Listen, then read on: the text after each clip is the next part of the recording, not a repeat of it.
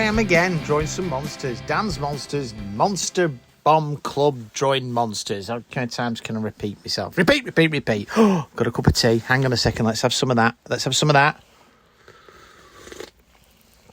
Coffee for the morning, tea for the evening. Anyway, here I am, drawing another one of my little postcard monsters. I have a big book of all these.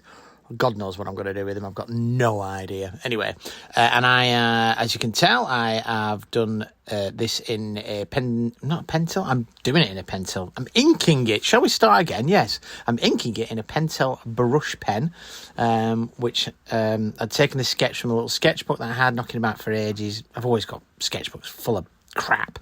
I've then used a blue line pencil, Prismacolor, to put down the initial shapes, and I am now just inking it all in with the brush pen. I can never decide which to use, the Kuretake brush pen or the Pentel brush pen. I love them both. They're fantastic, and as you can see, as I'm rooting through the drawers, which I have actually organised now into some sense of good stuff. Oh, look, it ran out. I mean, boy, they are not cheap, those refills, but the bloody thing ran out. Typical, halfway through. So I can never decide what to do. And obviously there's the Pilot Parallel pen, which is a whole other thing.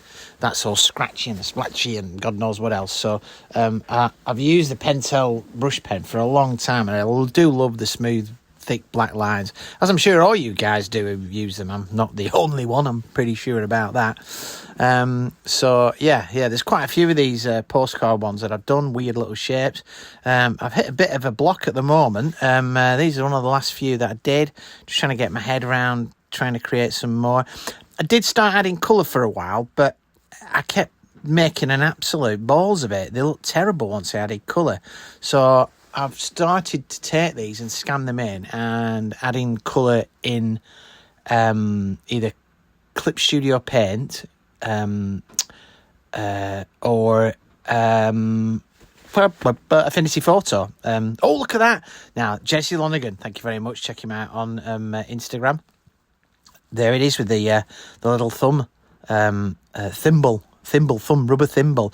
The little tiny ball textures on that, it's brilliant. I love it. I haven't used it to its full potential yet, because the ink's the best thing. I've got to find the best ink for it, but I absolutely love using that thing. It's like a revelation. And I've got 3 or 4 different ones, so yeah, brilliant. Now, Micron pens. I've had these in the drawer for a while because I'm an absolute cheapskate. I got these in the sale at Cass Arts in Manchester. But being a cheapskate, I've only ever bought them from like the cheapo pound art shops and whenever they've come along. But these are the first time I've ever cracked this pack of pens open, and I've got to say they are very, very good. I think I really need to start investing in better art materials. Paper, I'm not that fussed about, but I think the art materials themselves, I need to get into the next stage. This is a brush pen that I got. Talking about going to the next stage, I ordered these off eBay, cheap. They're very nice, like calligraphy pens, but, you know, they do run out very quickly and the brushes go very dry. Oh, I'm thinking about what I'm going to do next. Oh, look. Now, this is some tape that athletes use and boxers use on the fingers. So, but the texture, again, is really, really good. I think, again, Jesse Lonergan, I got the idea from him. He uses, like, gauze, and this is a type of gauze, but it's just coloured. I don't know why. And again, it gives you that brilliant, as you can see, building in those little textures. I love it. Fell off my finger. I love the idea. I've got to find a better way to do it. It's quite expensive stuff, so there's got to be another way to do it, I think. But or at least try and get it on something a bit more square so that I can pad down a bit. I think it came out really well. That I love it, really. So I think it's a great idea. Oh, and I'm putting in the finer details around the teeth and stuff like that. Where have I gone? I wandered off. Well, you can tell it's summer. I'm wearing shorts. Oh, I've gone. I'm either on the phone. What am I doing? Looking for me. Oh, here we go. Back again. I don't know what that was all about. Oh, what's that noise? I can hear something coming. It's like a little doomed library. What's going on? It must be time for another library review. Oh, what's this? Another book review in the middle of me drawing all these monsters. 2 for 1. What a deal. So if you want to know more about my book collection, you can check out Library of Doom medium.com, and you can see all the reviews that I've been doing so far, and I'm going to try and do a few more audio versions just for this video, and maybe do a podcast. I don't know if I can do that. Who knows? Anyway, this is Assassins by Shaun Hutson, originally published in 1988 by Starbucks and then republished by Warner Books in 2001. I'll read you the back, shall I? Let's see if I can get it right. Number 4 attempt. London was in the grip of its bloodiest bout of gang warfare for 2 years. Shootings in the street, kidnapping and car chases. Until now, Frank Harrison had ruled the gangland, but it looked as if that reign was going to end in blood. Someone was out to destroy him and his men, to wipe out everyone associated with him. But who? Harrison had to know, and into this world of violence, corruption, madness and death came the assassin, a force more powerful than vengeance, more lethal than a lorry full of high-velocity weapons, and more terrifying than any nightmare. Now, this is a really cool book, but it's more like a sort of Sam Peckinpah movie on paper. You probably know Shaun Hutson from Slugs and Spawn, which are pretty vomit-inducingly wonderful. But it does have a couple of great packages, but it is mainly a crime action novel. There's some great action scenes in. It's more like the Sweeney, really, like a real full-blown 18 certificate Sweeney than anything else. I've never seen as many descriptions of a head being blown up by a shotgun in my life. Now, the assassin that they talk about on the back of the book is different to the assassin that is hired in the book. You get this like sort of almost John Wick style character who's like the perfect hitman. But the supernatural element is sort of a bit on the back burner, to be honest with you. I mean, it's pretty gruesome, but you never really get to understand what he has to do with what's going on. It's a bit strange. But, I mean, I'll give you an example of some of the gruesome stuff. Let's read this out for you. "Get off me, you bastard," he hissed, fighting for breath, seeing that the man was slowly unravelling his scarf to reveal his features. It was like unwrapping an open wound. Adam felt the bile fighting its way up his throat as he caught sight of the man's features.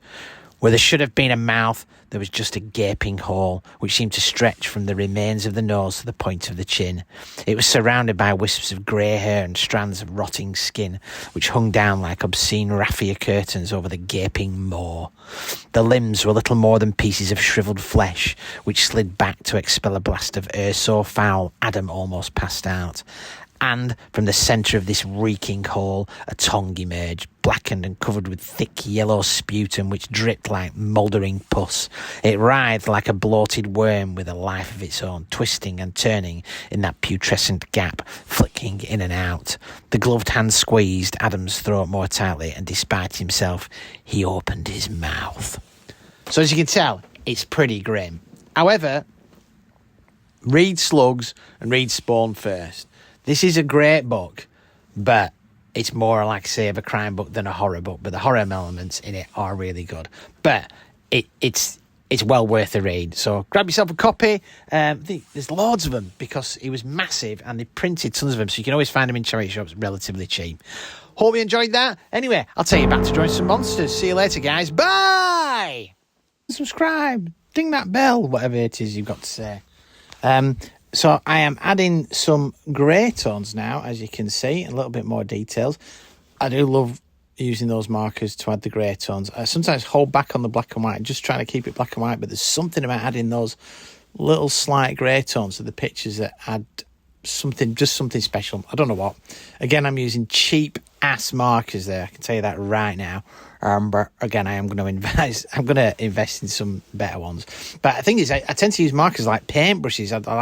I don't use whatever the technique is. I've never really learnt it and not wanted to. I just try and use it, moving it all around and trying to give it a kind of texture.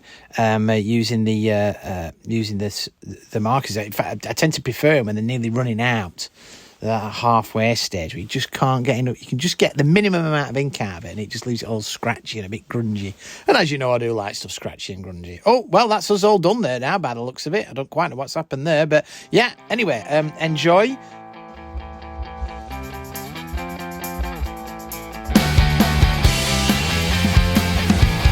Don't forget to follow me on Instagram, Dansmonsters, and obviously check out Postcard.com. You can buy me a cup of coffee there if you want to.